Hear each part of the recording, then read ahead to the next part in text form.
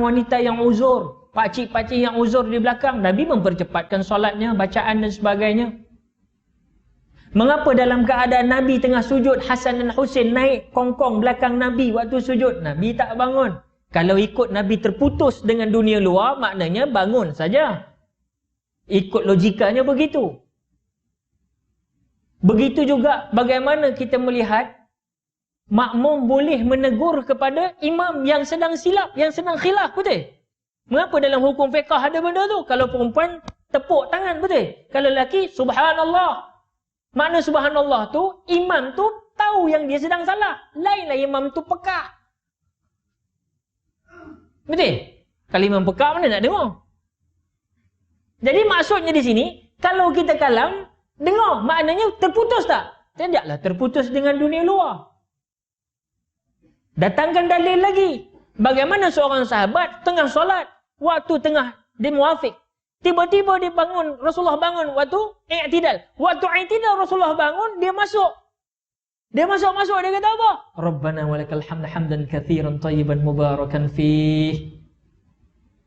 Habis solat, salam, Nabi kalih belakang. Siapa tadi duk baca doa tadi? Aku tak pernah dengar doa ni. Tadi siapa tadi yang duk baca doa ni?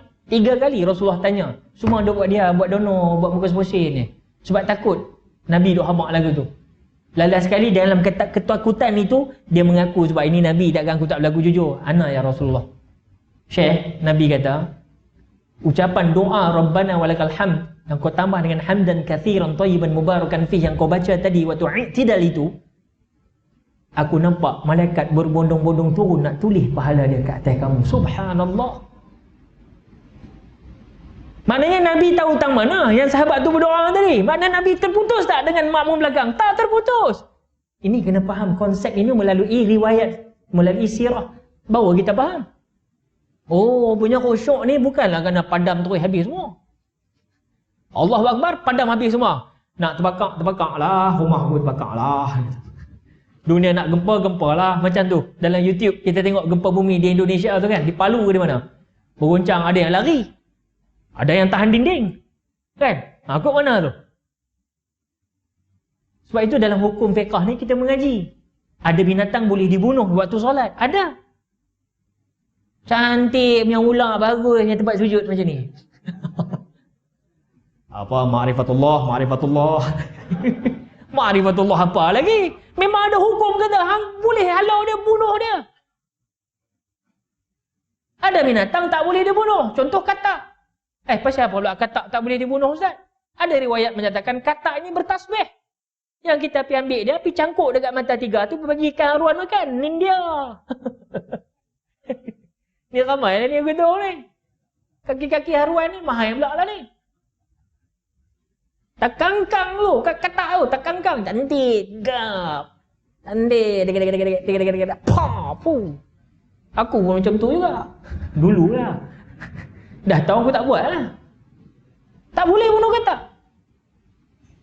Yang di Wuhan tu, apa yang dia tak bunuh binatang? Bukan untuk bagi ikan haruan makan nak pergi pancing. Depa yang makan sendiri. Katak tu bukan untuk umpan. Depa makan. Tikus hidup-hidup depa makan. Astaghfirullahaladzim. Masya Allah. Tak terfikir kita manusia sampai begitu ya. Sebab itu, tasbih ni kena faham tuan-tuan. Tuan-tuan tengok televisyen, balik saat lagi tengok televisyen. Jangan pegang tasbih.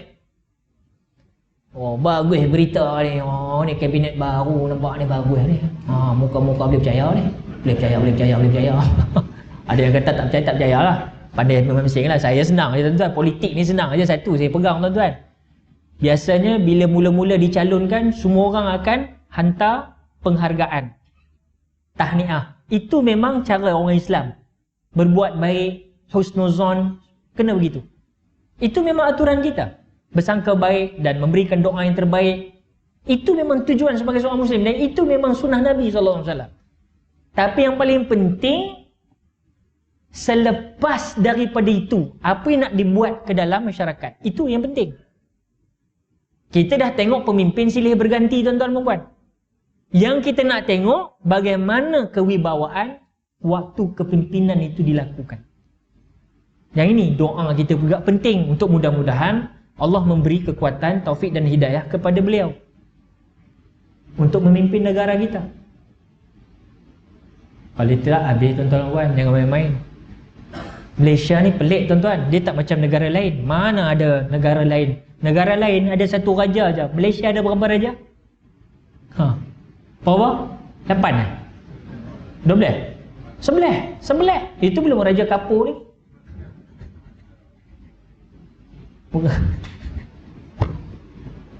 Malaysia aja ada je sistem beraja ni. Sebab itu kita kena pertahankan.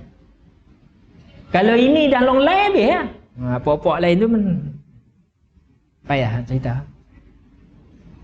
Tapi tuan-tuan balik tengok televisyen. Oh, tengok cerita bagus cerita ni. Tapi tuan-tuan percayalah.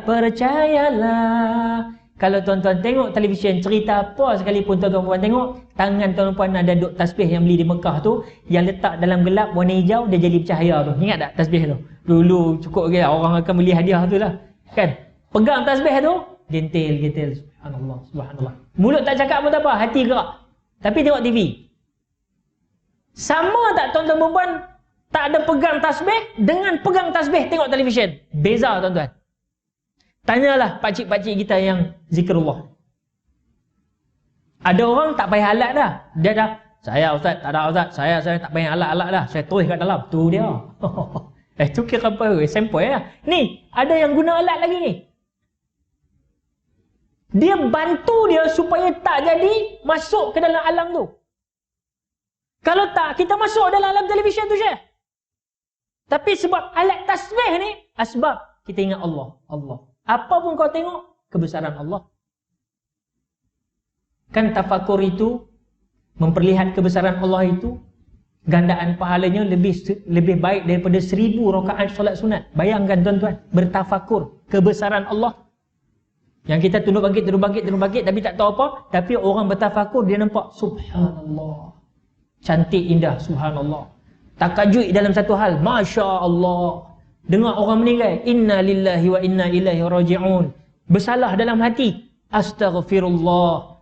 Kalimatun thayyibatan sadaqah. Kalimah baik ni keluar semua.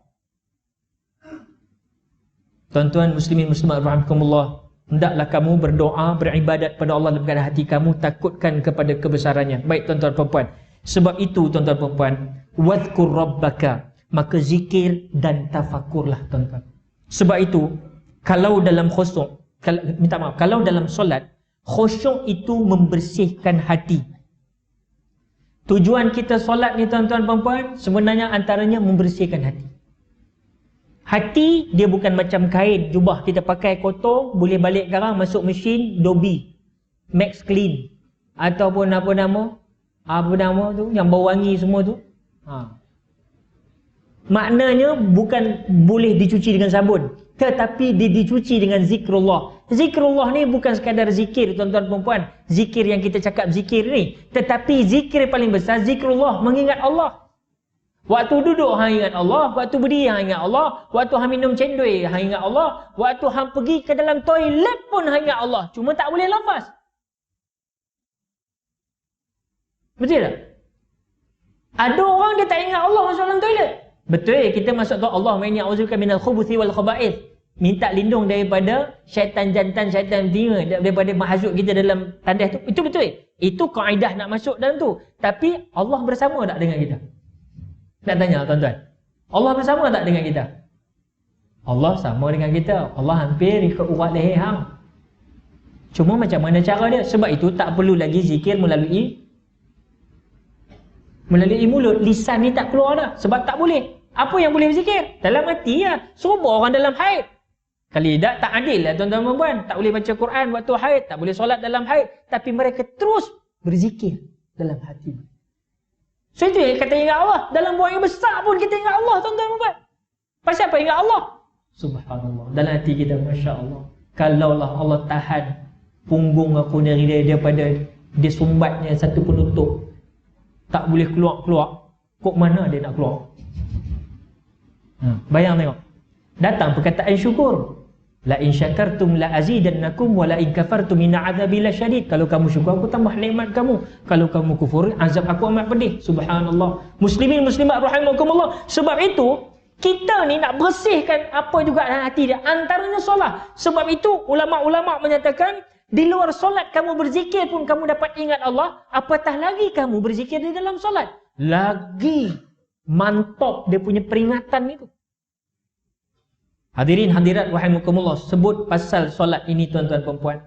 Ulama-ulama tasawuf juga bahas. Solat kita ini juga bukan hanya untuk kita tuan-tuan. Tetapi solat yang benar, yang khusyuk ini dapat membantu kepada orang-orang muslim yang lain. Macam mana Ustaz? Muslimin muslimat rahimakumullah. Para salafus salih pada abad 1, 2 dan 3 kata Nabi, sahabat-sahabat Nabi ketika abad 1, abad 2, abad ketiga yang disebut digelar dengan salafus salih ini, mereka ini kalau misal kata nak buat apa pun, mereka ingat sahabat mereka. Kalau aku makan sedap, aku nak sahabat aku makan sedap. Ini yang dikatakan tidak beriman seseorang kamu selagi kamu tidak menyayangi, mencintai sahabatnya mukmin yang lain. Itu maksud hadis tadi. Maksud saya tuan-tuan puan, apa yang kita kata sayang tu, sayang atas nama seorang mukmin. Kita berkawan, bersahabat dah lama dah. Tapi atas dasar apa? Kadang-kadang kita kata mungkin atas sayang macam tu. Tak. Sebenarnya apa yang kita suka, kita nak supaya sahabat kita pun dapat. Tapi rasanya tak ramai lagi dapat makam ni tuan-tuan. Yang aku suka. Yang dia tak apalah. Second grade pun tak apa lagi. Jadi aku bagi kan. Betul tak? Itu kalau kita. Tapi yang Nabi duk habaq ni, sehingga dikatakan salafus salih, mereka ni mendoakan pada sahabat-sahabat mereka.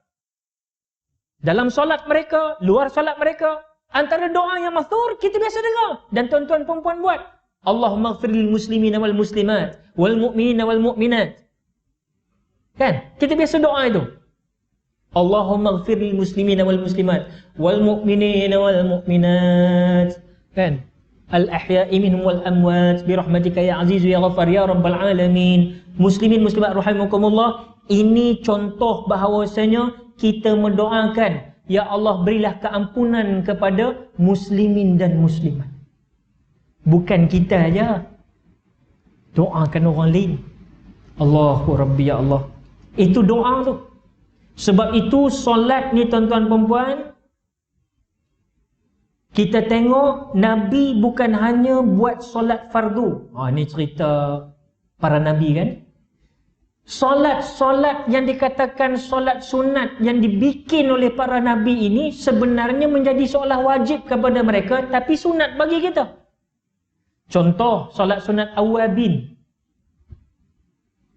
Kita ada solat-solat sunat lain, solat sunat taubat, solat sunat macam-macam solat sunat kita ni.